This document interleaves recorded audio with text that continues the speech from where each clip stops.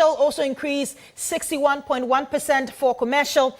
In terms of electrical, we're seeing a decrease because this time we've seen 12.1%, and vehicular we're seeing 87 or 8.7% as compared to 8.2% for last year.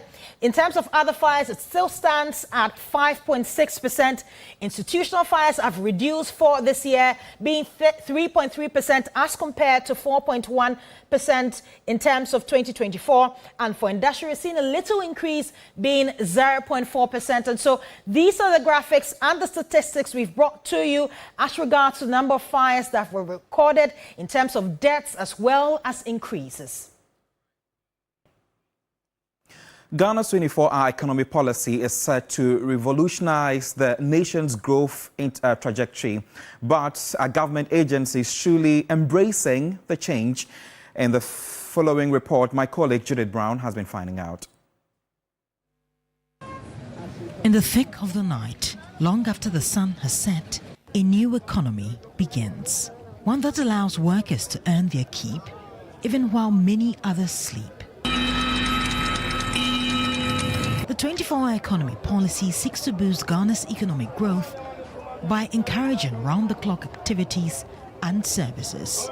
With an estimated cost of 4 billion cedis, the initiative aims to enhance productivity, generate employment opportunities, and stimulate economic growth by optimizing resource utilization and infrastructure. The 24H Plus agenda is not simply about extending working hours. It is about unleashing productivity, expanding opportunity, accelerating exports through well-structured, multi-sectoral and inclusive interventions. Before the official launch of the policy, several government agencies claimed to have already begun operating around the clock. But are they truly living up to their promise? The team went digging. But first, let's put across-night transportation to the test. It's currently 12 a.m. in the morning, and today I'm posing as an average Ghanaian worker who needs to pick a bus, what we know as a trotro, before I get to work. And so I'm going to be crossing the street, and opposite me right now is the main Ashaman station. I see just a few cars. I saw one car leave just a few moments ago. It seems to be the last car. From here, we're going to be moving to specific government agencies who have already started rolling out the 24-hour economy policy. And let's see really if work has begun at this time of the night. Come along. Our first stop was the Driver and Vehicle Licensing Authority, which kicked off its 4-hour service on May 7, 2025. We divided the workers into 3 groups. One begins from 6 a.m. to 2 p.m., then from 2 p.m. to 10 p.m., from 10 p.m. to the next day, 6 a.m. From what we did at Tema Port to Takrady Port and our office in Adenta, in the first quarter, we were able to increase revenue by 53% as compared to 2024. And we've done 396 contract staff recruitment already. So I'm currently at the DVLA office right here in Adenta. This is one of the main stations that run 24-hour service right here. And so I'm going to walk in now and then speak to the team as to really what services you can get here if you're a client coming to DVLA. At 1 a.m. in the morning, a team of 6 was seated at post, ready to serve any client. You can renew your license, replace your license, request for amendment or change on the license, do an international license, you do conversion of your foreign license, you can register your motorbike, tricycle or vehicle, or any other service that DVLA offers. We do it here. Our next destination was the Ghana Publishing Company, which started operating a 24-hour service on March 3rd. Per checks, the night shift was actively working as at 2 a.m. in the morning. For the administrative staff, we started with a shift that allows some of the staff to come at 7:30 and close at 4:30, whilst the others come at 10 and they close at 7. So within the peak period of 10 to 4:30, you have the full power force of the office. We have staff working from 7:30 to 4:30. They close for 3 hours for the machines to be serviced and premises to be cleaned. And another shift starts at 7:30. That closes in the morning at 5. CEO of the company, Kwesi Boete, explains productivity has increased significantly. When we started, the Gazette took 8 weeks. If you applied, it was going to take 8 weeks to get your Gazette. Now, if you apply, you get it in a minimum of 3 weeks.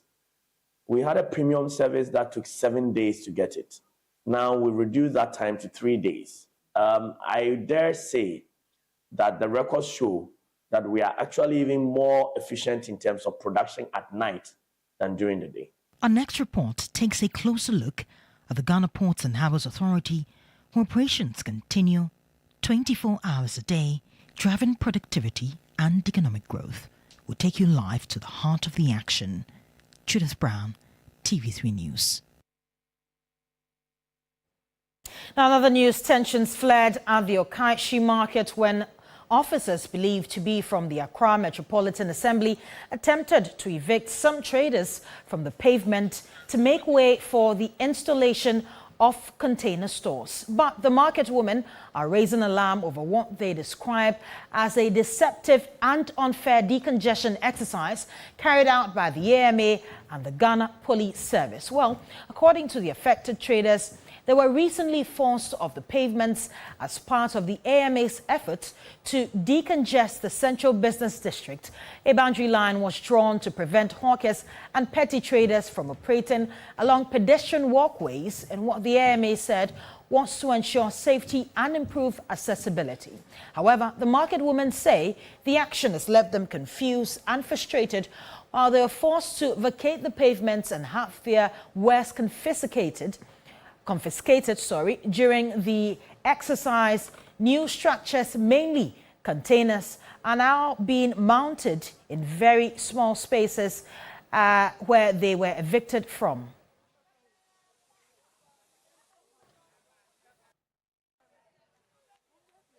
Well, our correspondent spoke to some traders.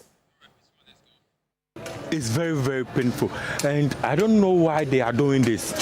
These women have been here for so long a time. I don't know why this, all of a sudden, they are putting up these structures.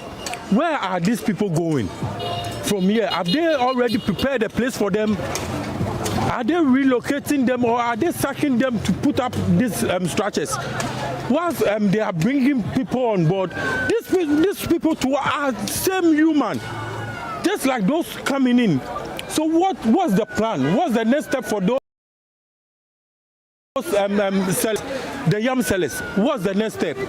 Are they going for good? Are they going to compensate them?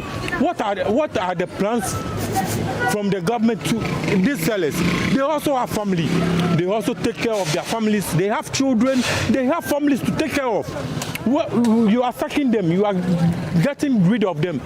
How are they going to feed their family? How are they going to look after their family? Are those people coming better off than these ones? Are they better off than these ones? Are they also not Ghanaians? Didn't they took part in the voting? It's very painful. It's very, very painful. Obi wo niama more than 200 million. Say see our pamuni or they kogu hi. If na or they kogu. If na oko. Ya can obi asip ne party na our power. Ne party na our power. Ne party na our power. So party na our power. Are they not Ghanaians? Let's focus on education. The Ghana Education Service, GES, has released the approved academic calendar for basic schools across the country for the 2025-2026 academic year. According to the release signed by the head of public relations, Daniel Fenyi, the academic year will begin on September 2, 2025 and end on July 24, 2026. The calendar covers kindergarten, primary and junior high schools and outline term dates, vacation periods and examination timelines. deadlines.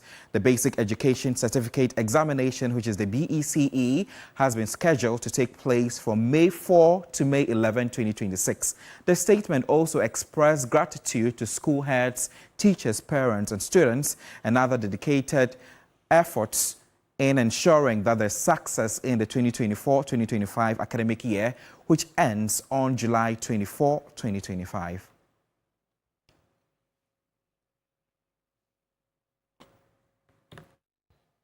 Now, as one of only 2 communities with a school in the entire electoral area, Lawoshime serves as a beacon of hope to children with educational aspirations. Every morning, children from surrounding communities, including Mamime, Hagoji, and Songbe, walk from their homes to the Lawoshime MA Basic School, but that journey is fraught with frustration and danger. To get to school, they have to navigate treacherous muddy waters, often above knee level, leaving their uniforms and books drenched. Lawoshime MA Basic School is one of only 2 schools in the entire Lawoshime electoral area, serving as a beacon of hope for children with educational aspirations. Every morning, school children from Mamime, Hagoji, and Songbe walk to the school. But that journey is fraught with frustration and danger. To get to school, they have to navigate treacherous, muddy floodwaters, often above knee-high, leaving their uniforms and books drenched. Our books get wet and our uniforms get wet. And after reaching school, we feel tired. We can't concentrate on our books. As we are at school, when we are learning, we get to our thinking that we will pass through this process again well as we close. I carry my younger brother on my neck every day because he can't walk through the floodwaters. And now I feel pain in every part of my body. The situation here is not just a matter of school children struggling to have access to education, but the conditions prevalent here also pose so much threats and risk to their lives.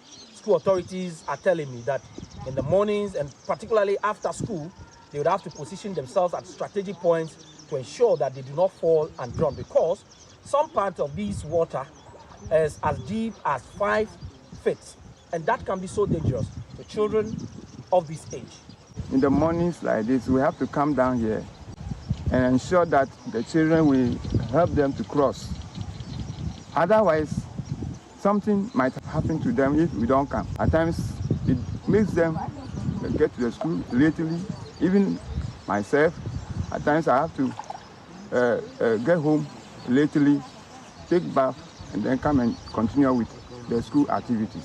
Perennial floods have become a common phenomenon across all 7 communities in the area, blocking pathways and access routes for residents. The consequences are devastating and it's deep into every aspect of their daily lives. I'm on my knees for the government to listen to our plight and come to our aid. What exactly do you want government to do for you? They should construct road from Hatogodo to Trekuma or Mamima and construct another one from Atiadi to Tefagodo. For the young ones, the floodwaters pose a huge barrier to their educational dreams. The children find it difficult to attend school regularly. Therefore, their performance also is very bad when they go to BEC exams. Most especially, I have about 250 students, but when it happens or it occurs, enrollment decreases. But how soon will help come their way? In the long term, we hope to lobby for assistance from the central government for the river there to be dredged so that it will have enough space to hold the water whenever it rains. Also, we would like to construct a bridge over that river and have a road constructed to the communities.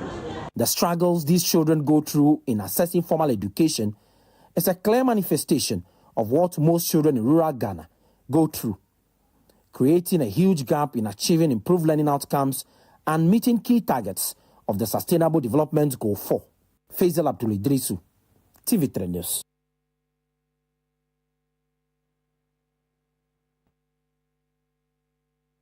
Well done, Faisal, on this revelation. We hope change will soon come there.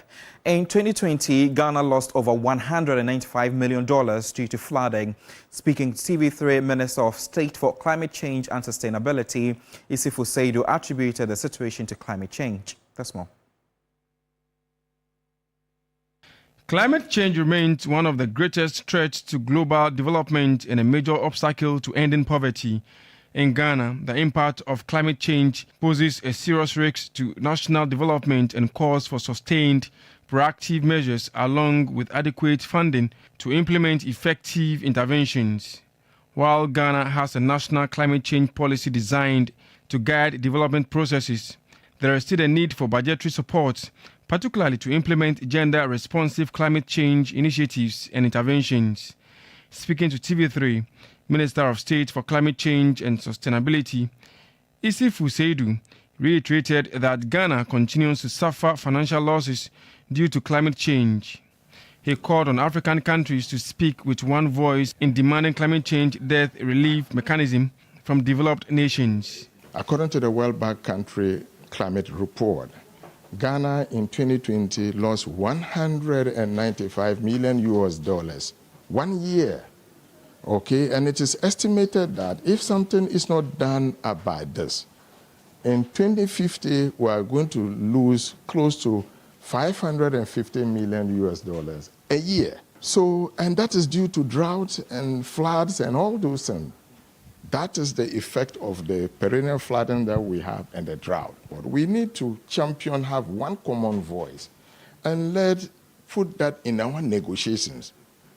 That there's a need for us to come up with climate debt forgiving mechanism because these losses are occasioned by climate change. He further emphasized the urgent need for Ghana and the rest of Africa to build internal resilience in order to mitigate future climate-related disasters.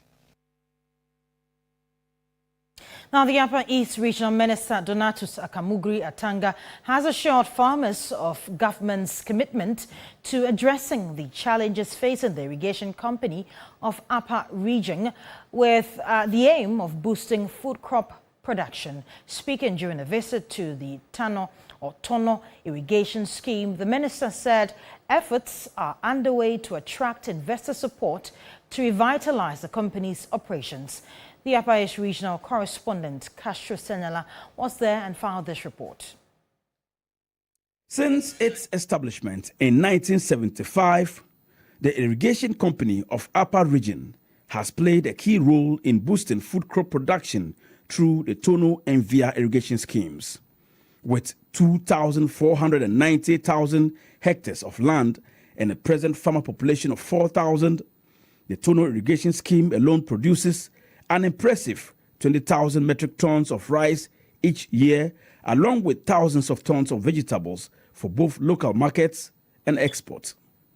In 2019, the government of Ghana, together with its development partners, invested $19,984,446 in the rehabilitation and expansion of the scheme. But despite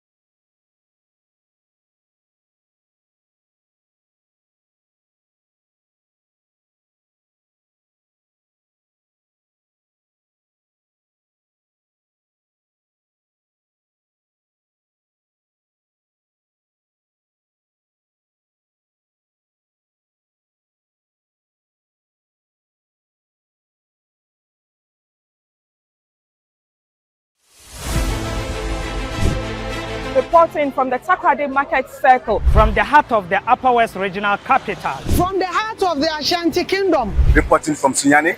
From the Central Business District of Navrongo. The parliamentarians are on recess.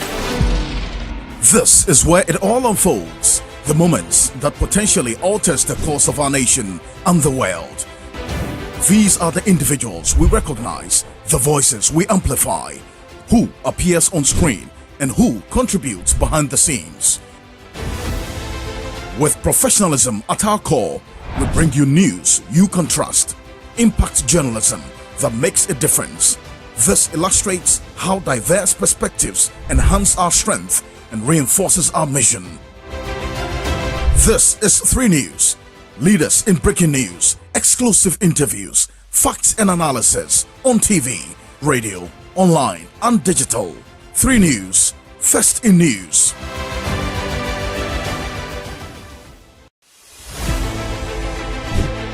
Reporting from the Takoradi Market Circle, from the heart of the Upper West Regional Capital. From the heart of the Ashanti Kingdom. Reporting from Sunyani.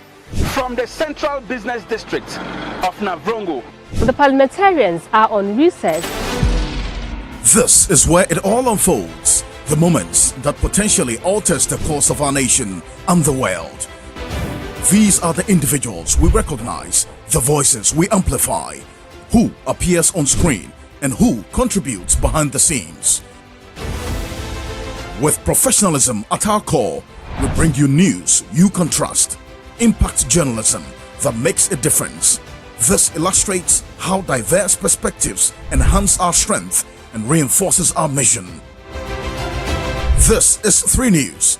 Leaders in breaking news, exclusive interviews, facts and analysis on TV, radio, online and digital. 3 News, first in news.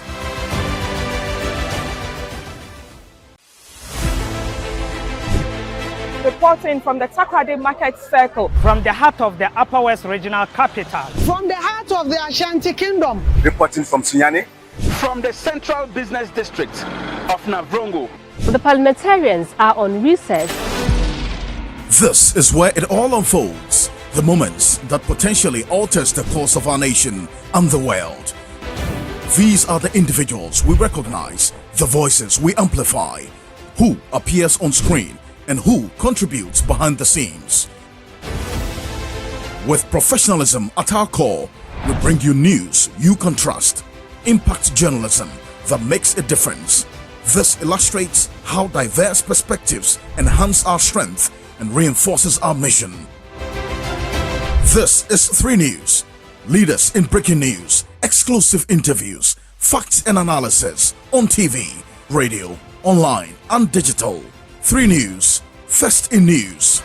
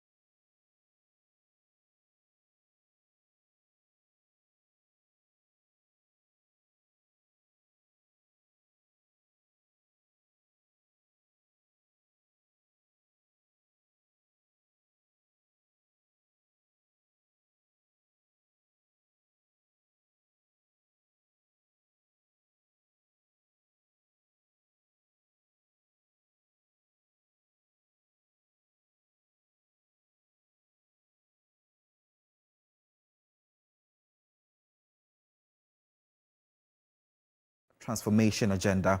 John Dumelo urged the board to implement effective policies and mechanisms that will enhance farmers' access to improved planting materials and quality extension services. The Tree Crops Development Authority has the mandate to regulate and create a conducive environment for the growth and development of tree and industrial crops in Ghana, with consequential benefits to the economy of the country. The government is seeking to expand tree crop acreage in climate-smart and environmentally sustainable manner, and also support research and development initiatives to boost yields and enhance value addition. Professor William Odro chairs the 27-member board, with the CEO of the Tree Crops Development Authority, Andy Osei Okra, also as a member. Deputy Minister of Agriculture John Dumelo said the inauguration is a critical step towards realizing Ghana's ambition in the production and processing of high-value agricultural commodities. The inauguration of this board is therefore not a mere formality. It is a call to action, a call for bold, visionary leadership to guide the Tree Crops Development Authority in delivering its mandate. As Minister, I expect this board to bring strategic direction, oversight, and innovation to the work of the authority. Board Chair Professor William Odro further outlined key strategic priorities, including institutional strengthening, research and innovation with partner universities, research institutions, and the private sector. Our vision is nothing short of transforming Ghana into a global leader in sustainable tree crop production, delivering economic prosperity, environmental stewardship, and inclusive growth for smallholder farmers and agribusiness alike. In other news this afternoon, Ghana ranks 143rd out of 196 countries on the Human Development Index (HDI) in the 2025 UNDP Human Development Report. With an HDI score of 0.63, Ghana falls into the medium human development category. And Unam Haliga reports on Ghana's place in a world being reshaped by AI. While artificial intelligence continues to reshape economies and redefine possibilities around the world, the report warns that human development, particularly in countries like Ghana, is losing momentum. There was a concern expressed that a lot of students are going into liberal arts, and nothing against the liberal arts, but very few are going into things like science and technology and computers and coding. So there's work to be done. It's nowhere near an ideal solution. There are other societies, certainly in Asia and North America, who are far ahead in putting students through a pipeline system almost, that adoption of AI will be much faster. But the potential for Ghana exists. Ghana's HDI score of 0.628 reflects persistent challenges in health, education and income areas that the report indicates need urgent investment to fully harness the benefits of AI without deepening existing divides. The findings show that global progress is slowing, with low and middle income countries being left further behind as inequalities widen and access to AI technologies remain limited. When you adjust this index for inequalities, you notice that Ghana is not doing too well. And what the report tells us is that, one, the real gender inequalities that we are dealing with in Ghana at the level of income, there are differentials between income or earnings of females and males. There's also limited representation of women, and our parliament is a classic example. So there are real number challenges for women, and also in terms of other decision-making bodies, there's the need for deliberate steps to include women. Reacting to claims of artificial intelligence taking over jobs, the chairman of the National Development Planning Commission, Dr. Nimoy Thompson, noted that AI can never be a replacement of humans, especially in Ghana. For us, in a developing country context, I think the first thing we need to remind ourselves of is that AI can never be a substitute, or artificial intelligence can never be a substitute for native intelligence, for how we ourselves think.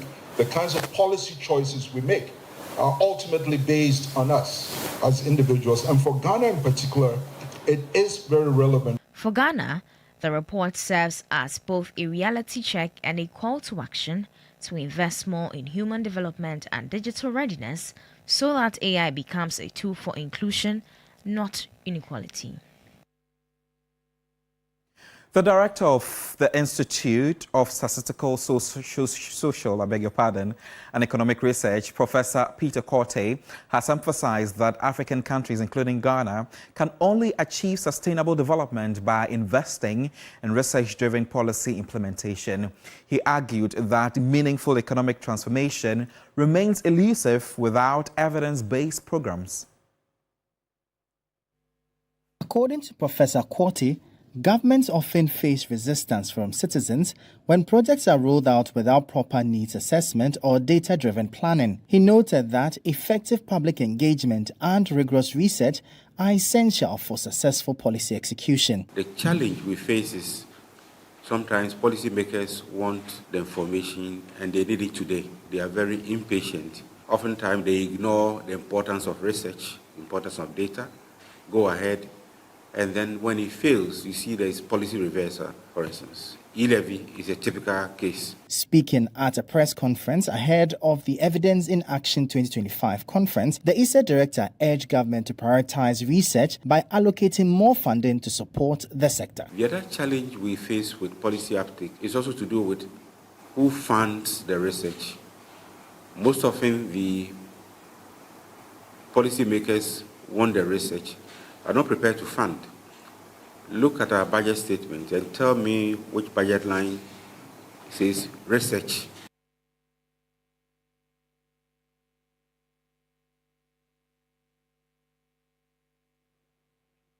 It's time for Regional Hub.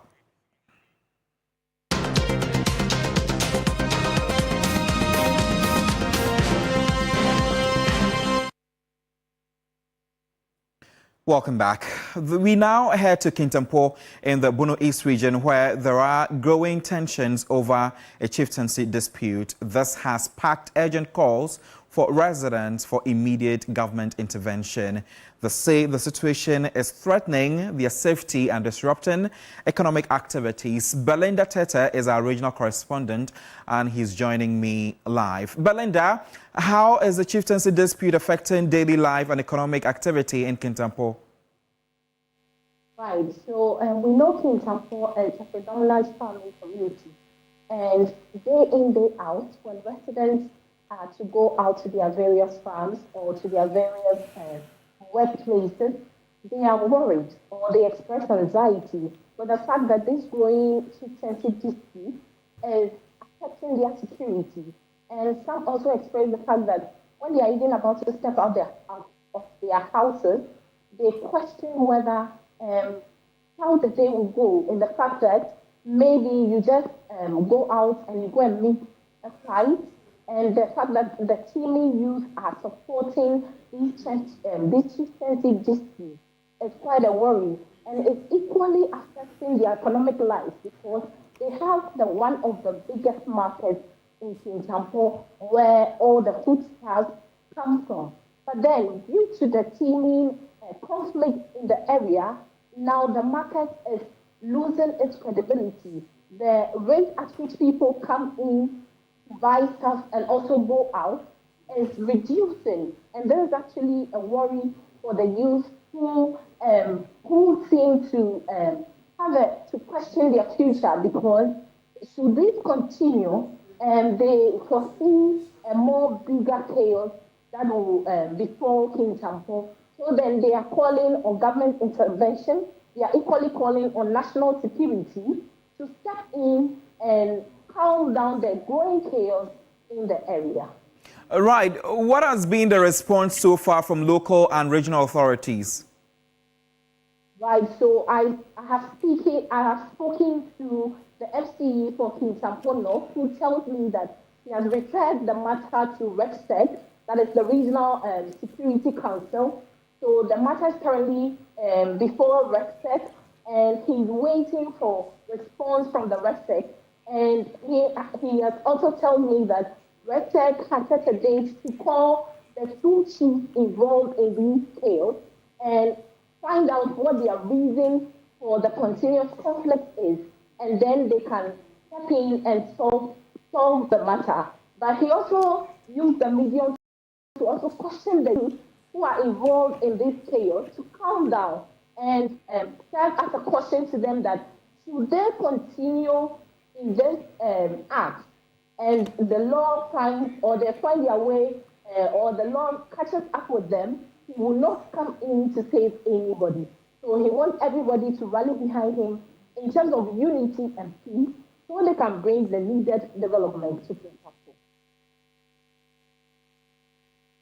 Right, Belinda Tete has been speaking to some residents as they share their displeasures.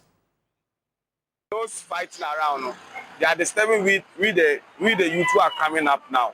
Right now, if you are fighting, how will I go to work and get money for my family? What I'll just tell them that we need peace in Kintampo here. What they are doing, if our president come here, how can the president develop here for us? Because I don't know the chief is going to his place. So we need peace in Kintampo here. Kintampo, tourist attractions. Kintampo is endowed with a lot of tourist attraction that could help improve the status of the community. And if we had one paramount chief who would lead us and fight for development for the community, it would be the best.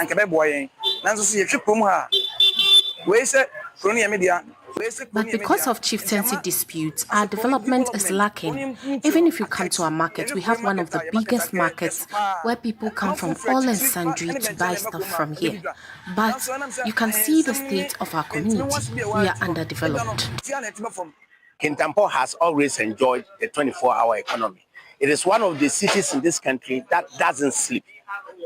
We collect revenue morning to the next morning.